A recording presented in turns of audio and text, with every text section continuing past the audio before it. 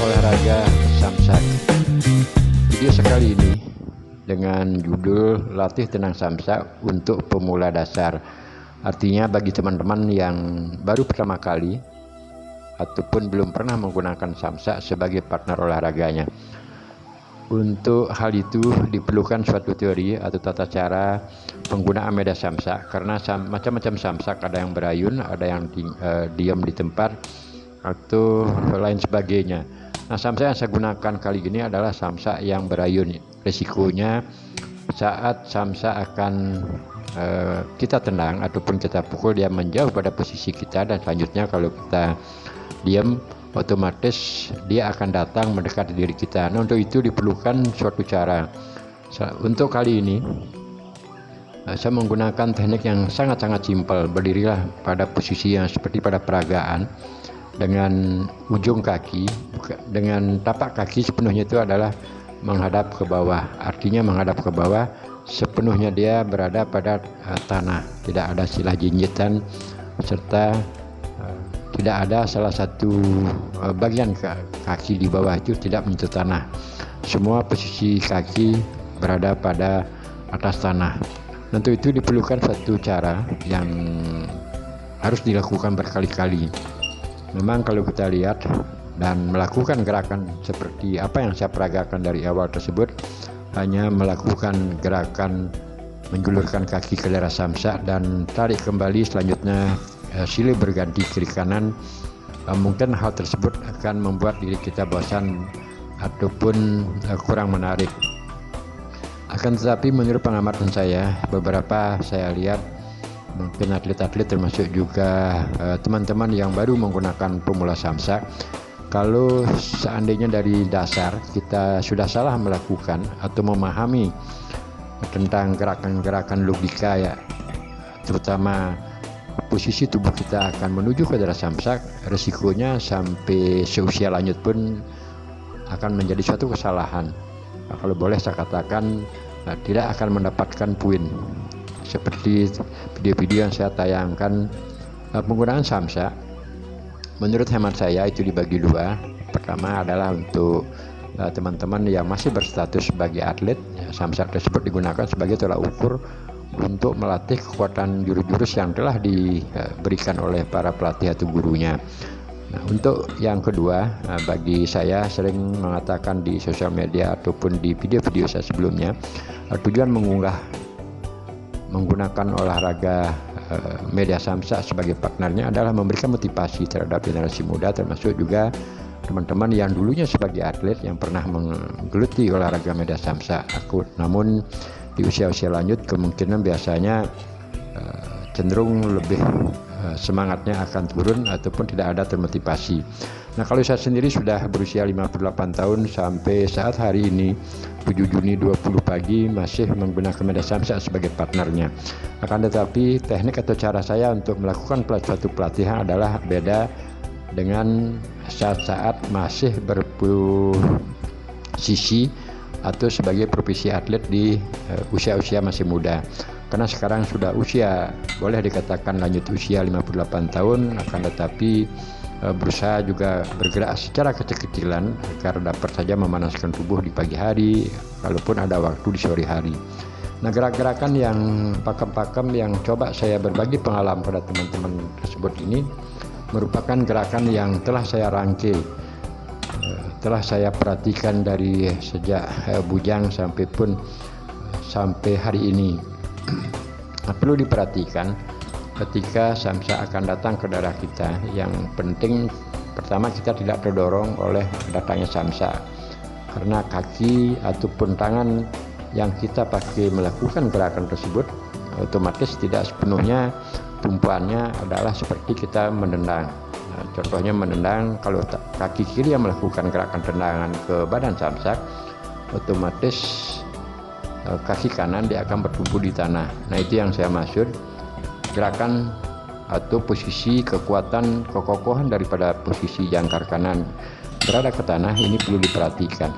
Nah, mungkin saya menggunakan narasi ini berbicara begitu aja, teman-teman atau yang menonton, ya sempat menonton video ini, seandainya tertarik melihat video narasi pemula tentang tendangan dasar samsak ini, saya tinggal menarasikan saja, teman-teman memperhatikan pada gerak-gerakan yang saya bawakan.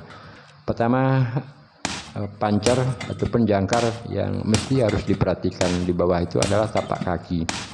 Setiap tapak kaki memindahkan posisi dari posisi satu ke posisi yang lainnya, dia berada pada full tanah, tidak ada satu jinjitan, karena itu akan sangat mempengaruhi saat kaki kanan ataupun kaki kiri melakukan gerakan tendangan. Nah, tadi saya terlewati, kalaupun kita sudah mendapatkan suatu celah ataupun tata cara, seandainya ingin melakukan tendangan balik seperti peragaan yang saya bawakan, kita lakukan gerakan dari awal berkali-kali. Silakan untuk melakukan berulang-ulang agar pertama mengukur kekuatan kaki kita di bawah tidak goyah, kedua tetap melakukan kebiasaan posisi saat memutar. Selanjutnya adalah melakukan dorongan dari lengan tubuh kaki kita ke badan samsak. Nah, ini adalah teknik pelatihan yang secara natural saya lakukan. Artinya pagi-pagi tinggal memasang HP depan samsak, akhirnya melakukan satu gerakan dengan durasi 10-15 menit dan ditambah dengan beberapa kali jeda, mungkin tarik nafas sebentar, dan akhirnya melakukan gerakan baik itu tendangan ataupun pukulan kecil-kecilan. Akhirnya waktu yang sangat singkat 10 menit sudah terasa suhu tubuh menjadi panas sehingga berkeringat. Nah, itulah tujuannya. Saya katakan lagi bahwa semua video-video tertayangkan pada sosial media adalah memberikan motivasi terhadap generasi muda, termasuk juga teman-teman yang dulunya menggeluti media samsak sebagai partnernya.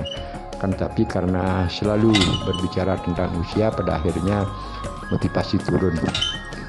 Ya, penting kita mempunyai suatu cara atau strategi dengan istilah bermain kecil-kecilan dulu, seperti apa yang saya lakukan ini, hanya sekedar melakukan pukulan dengan sedikit tenaga, termasuk juga gerakan-gerakan yang silih berganti, baik itu mungkin tendangan pertama, selanjutnya disusul dengan pukulan tangan, ataupun sebaliknya, gerakan tangan dulu dan selanjutnya dilanjutkan menggunakan tendangan kaki. Nah, kalau suasana pada pelatihan kita dari awal melakukan gerakan pelan-pelan, nah, tanpa disadari biasanya begitu beberapa gerakan yang kita latih mendapatkan posisi bagus di badan samsak, seperti gaya menendang, apakah jangkar di bawah sudah tepat, sudah kuat, dan gerakan pinggang pinggul apakah sudah mendukung, termasuk juga bahu, termasuk juga posisi tangan.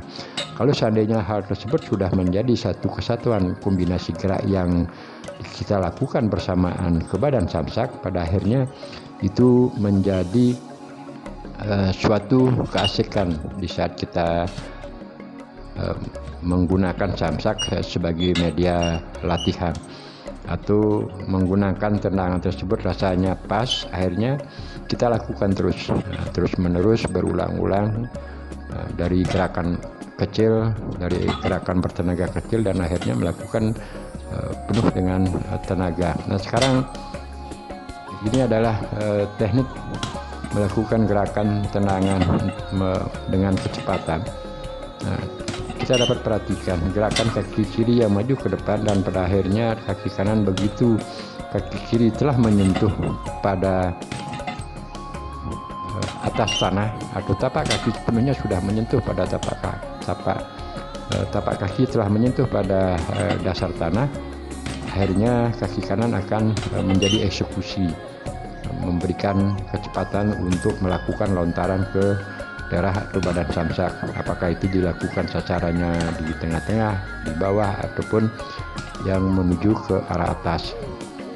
Nah, dari sekian menit saya menggunakan narasi tersebut, teman-teman yang punya untuk melakukan pelatihan pemula pada penggunaan media samsak sebagai partnernya. Pertama, kita harus perhatikan gerakan samsak.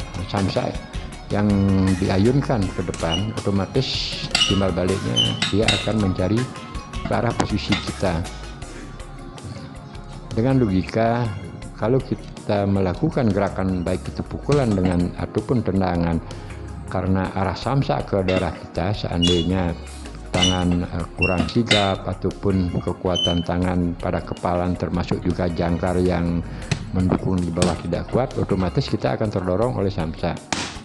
Begitu juga sebaliknya melakukan tendangan, baik posisi tendangan dengan arah yang lurus ke depan ataupun gerakan posisi yang memutar ke belakang, termasuk juga arah tendangan dari arah samping menuju ke badan samsak.